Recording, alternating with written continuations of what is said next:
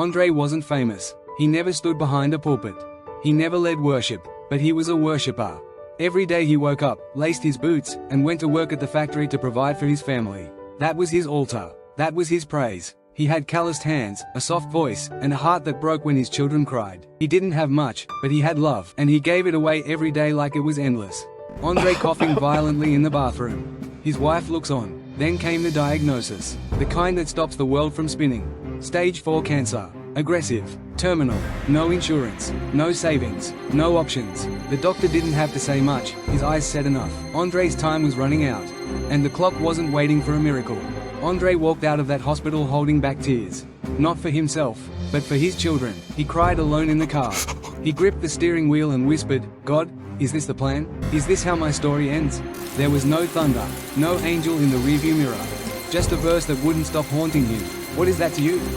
You must follow me. John chapter 21 verse 22. He read it once, twice, 10 times. And then he understood. Jesus wasn't offering answers.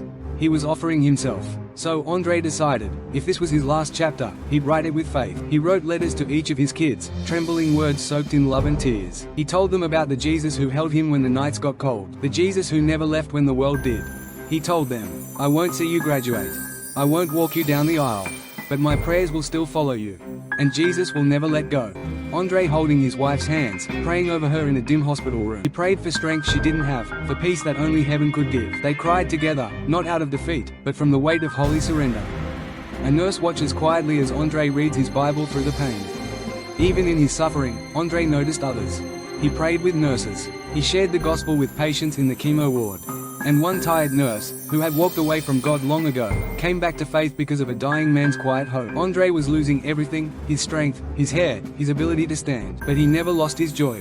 He wasn't just dying, he was living, with eyes fixed on eternity. The church is overflowing with people, many weeping silently. When he passed, the world didn't pause. But the people did. Hundreds packed the small church. Many had never prayed before that day.